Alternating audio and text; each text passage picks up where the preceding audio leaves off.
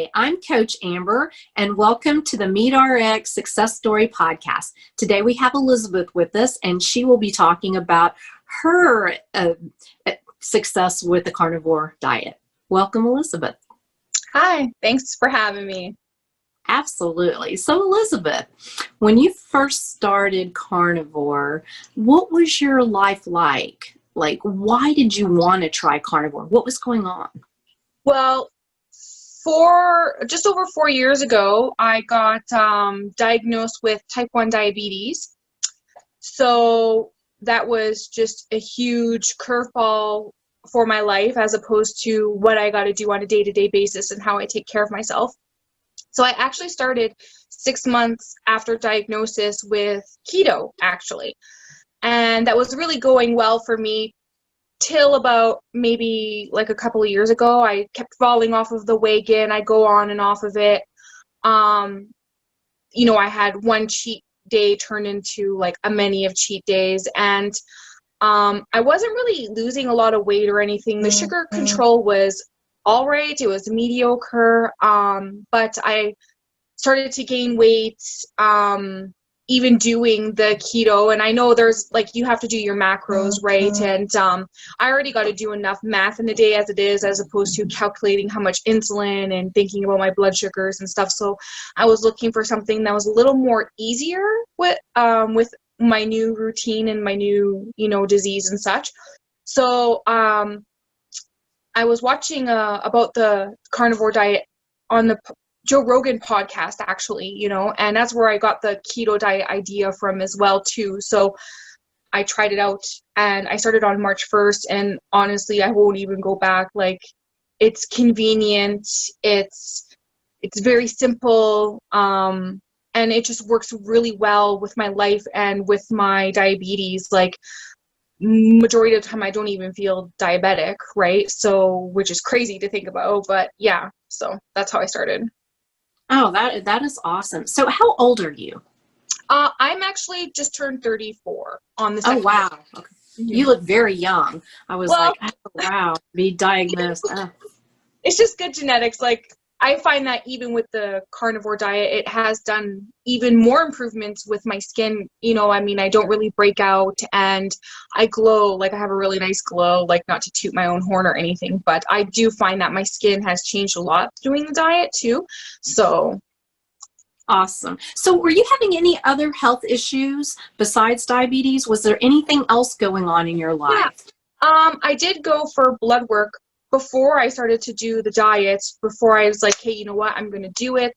Because I tried to do carnivore at one point before, and I just couldn't wrap my head around it, or I had like that little stomach issues you get at fat adjusting and stuff. And I just couldn't get over that hurdle mentally and physically. But I went to the doctor and I had gained weight. Like, I actually got up to 207 pounds and my A1C was over 8, which is the worst it's ever been in the 4 years after being diagnosed.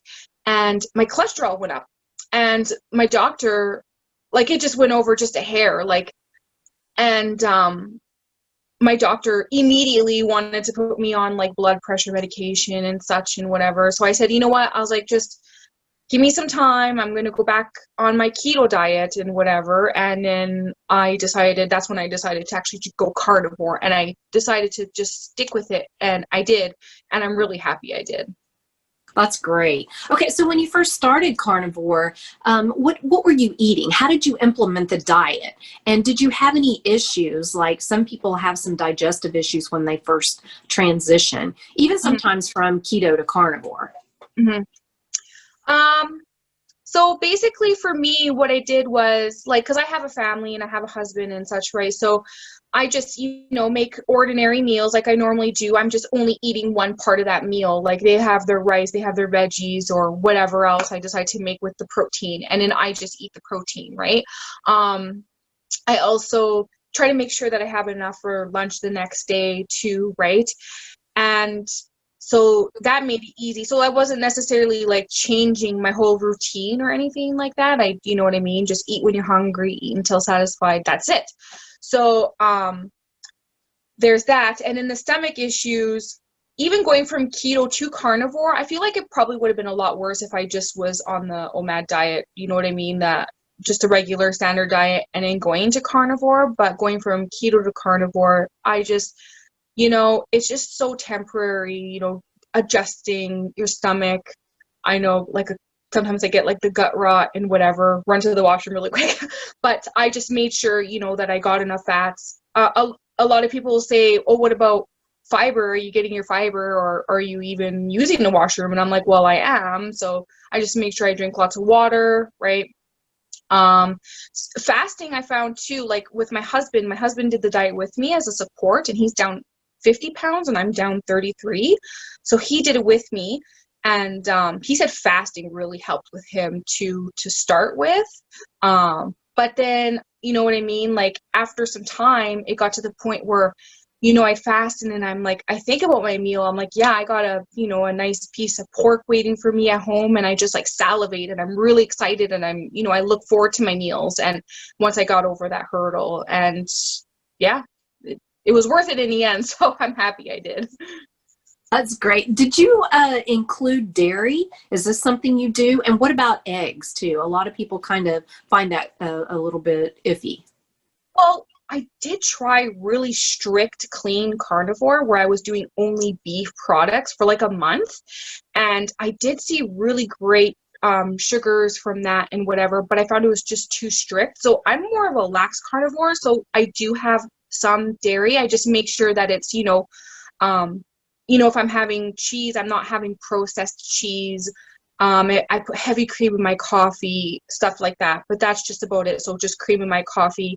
Sometimes I'll spruce up my meal with a little bit of cheese, like with like my hamburger meat, or having some cheese on my hamburger patties and such, right? So I call them treats.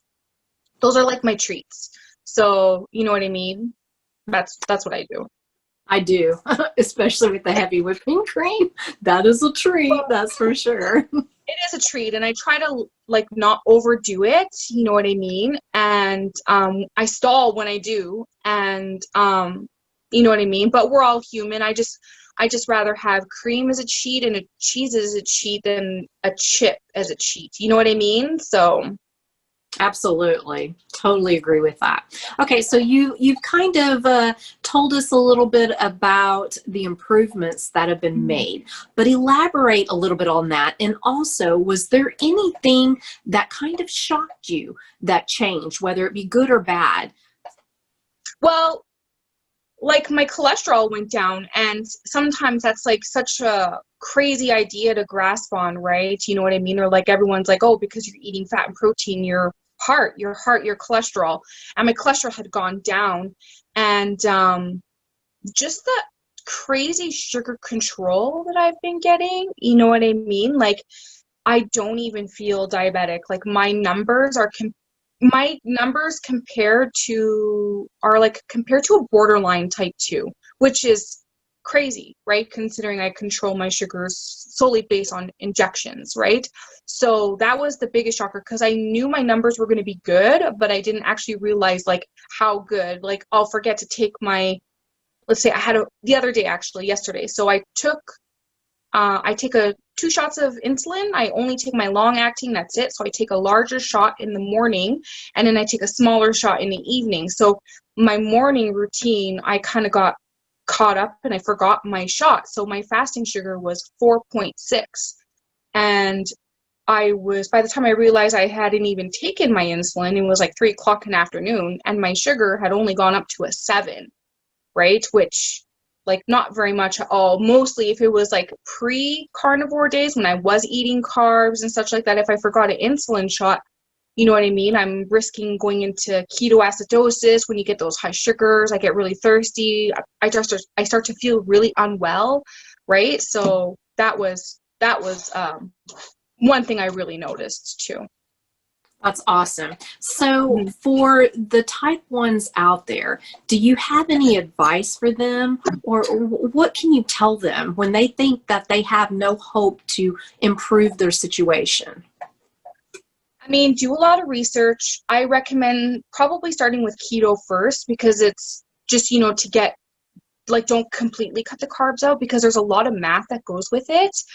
It's like being a new diabetic. You're figuring out your numbers, you're figuring out your doses, you know what I mean?